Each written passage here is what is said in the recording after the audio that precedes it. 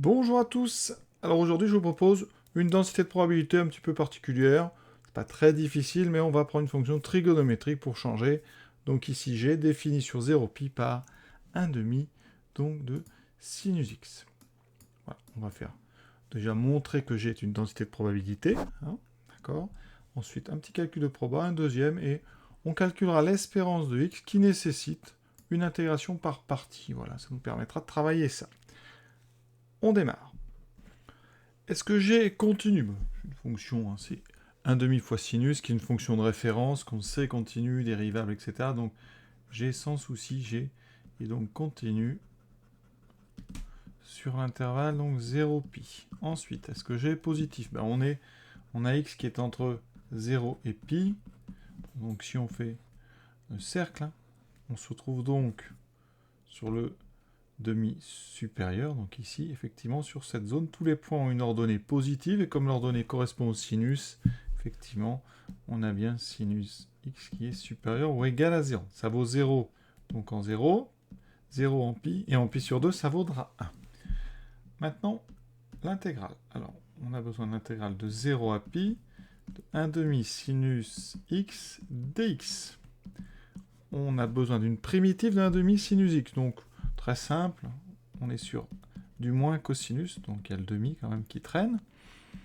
Là, on remplace x par pi, donc moins 1 demi cos pi, moins 1 demi cos 0, on fait attention à ce double moins ici, et donc vous voyez que ça fera moins, alors cos pi c'est moins 1, donc ça fait plus 1 demi, moins fois moins ça fait plus, et 1 demi cos 0 ça vaut 1, donc il fait 1 demi plus 1 demi, j'obtiens bien 1. Donc, conclusion, j'ai est bien une densité de probabilité sur 0 plus l'infini.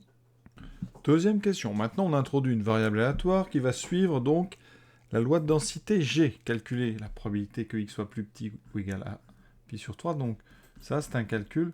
Alors, ça représente une aire sur le dessin. C'est l'aire de 0 à pi sur 3.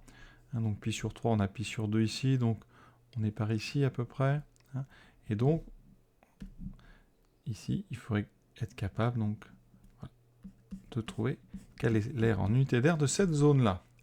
Évidemment, ça se fait par un calcul d'intégrale, donc 0 à pi sur 3, 1 demi sinus x dx. Alors la primitive, on l'a déjà, on va prendre la même, il y en a plusieurs, il suffit de faire varier la constante, mais on prend toujours la plus simple, donc moins 1 demi de cos x, c'est celle qu'on prendra dans tout le sujet.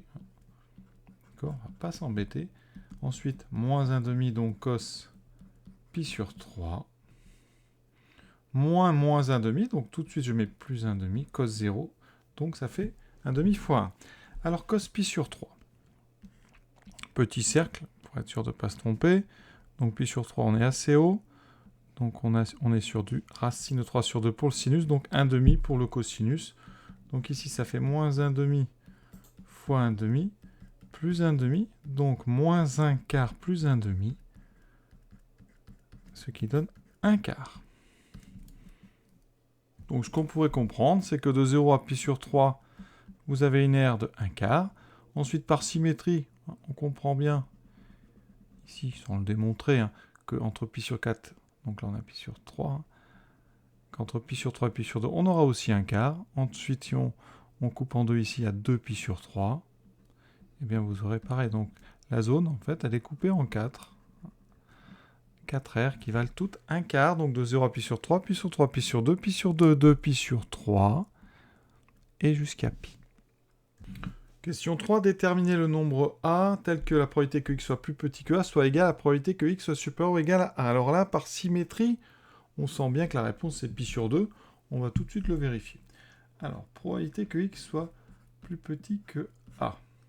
C'est donc l'intégrale de 0 à A, donc de 1 demi de sinus x dx. D'accord? La probabilité que x soit supérieur ou égal à A, c'est l'intégrale de A à pi de 1 demi de sinus x dx. Alors il y a plein de méthodes. On peut, si on veut calculer ces deux intégrales séparément, donc ça fera moins 1 demi cos x, donc entre 0 et A. Donc ça me donne alors moins 1 demi cos A, moins, donc plus 1 demi. Et ensuite ici, on aura donc la même primitive. On remplace par pi, ça me fait moins 1/2 cos pi, donc ça me fera plus 1/2, moins, donc ça fera moins, donc plus 1/2 cos A. Donc ces deux choses-là doivent être égales, donc moins 1/2 cos A plus 1/2 doit être égal à 1/2 plus 1/2 de cos A. Les demi s'annulent. Il me reste donc moins, alors je mets tout à gauche, moins cos A égale 0. Donc cosinus A égale 0. Et on est sur 0 pi. Hein, donc on est sur le quart du cercle en haut, entre 0 et pi. Quand est-ce que le cosinus s'annule? Uniquement quand on est en pi sur 2. Donc ça donne A égale pi sur 2. Effectivement, on voit bien, hein, par symétrie, et bien que l'air à gauche et l'air à droite sont les mêmes. Alors on aurait pu utiliser une petite astuce, P de x supérieur ou égal à A, c'est 1 moins P de x strictement plus petit que A. Mais comme on est en loi continue, c'est pareil que 1 moins P de x inférieur ou égal à A. D'accord? Donc ici, on a P de x inférieur ou égal à des deux côtés. Donc notre équation P de x inférieur ou égal à A égale P de x supérieur ou égal à A, ça se traduit par donc ceci égale à 1 moins P de x plus petit que A. Donc ça fait 2 fois P de x plus petit que A égale 1. Et donc P de x plus petit que A égale 1/2. Donc j'ai juste à calculer une seule intégrale. Rappelez, on avait trouvé, donc c'était moins 1/2 de cos A plus 1/2. Égale 1/2, les 1/2 s'annulent et on a bien cos A égale 0. Dernière question. En utilisant une intégration par partie, déterminer l'espérance de x. Alors l'espérance de x, qu'on note donc E de grand X, c'est l'intégrale, donc sur le support 0 pi, de x g de x. Alors il faut multiplier l'expression par x. Donc ça fait l'intégrale de 0 à pi de 1/2 de x sinus x dx. Et là, il faut trouver une primitive. Et ça, c'est pas facile.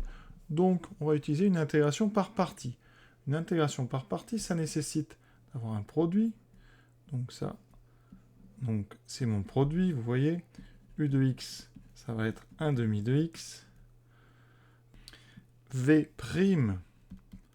c'est sinus x. Et donc, je vais avoir besoin de dériver 1/2 de x. Voilà.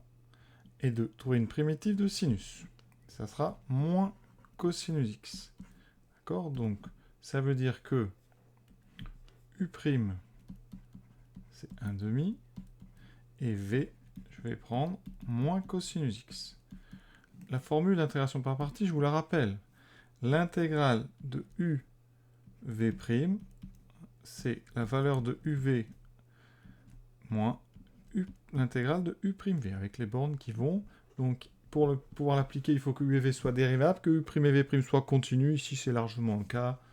Donc, pas de souci d'intégration par partie. Donc, on aura la valeur donc, des deux qui sont en haut. 1/2 de x cosinus x, avec un moins que je vais mettre devant. Et ensuite, moins l'intégrale de 0 à pi des deux fonctions que j'ai mises en jaune, les deux nouvelles. Donc, il y a un moins qui va revenir, donc que je vais faire sortir par linéarité pour mettre plus ici devant l'intégrale. Et j'aurai 1/2 de cos x dx. Vous voyez, ça va vite, hein, parce que maintenant, bon, la valeur ici entre crochets, aucun souci. Je remplace par pi, moins 1/2 de pi fois cosinus pi, donc fois moins 1, donc ça fait plus. Moins 1/2 de fois 0 ici, donc j'ai 0. Il me reste mon intégrale. La primitive, je vais prendre 1/2 de sinus x cette fois-ci. Je remplace donc d'abord par pi. Sinus pi, ça vaut 0. Sinus 0, ça vaut 0. Donc il me reste 1/2 de pi. Donc pi sur 2. Voilà, cet exercice est à présent terminé.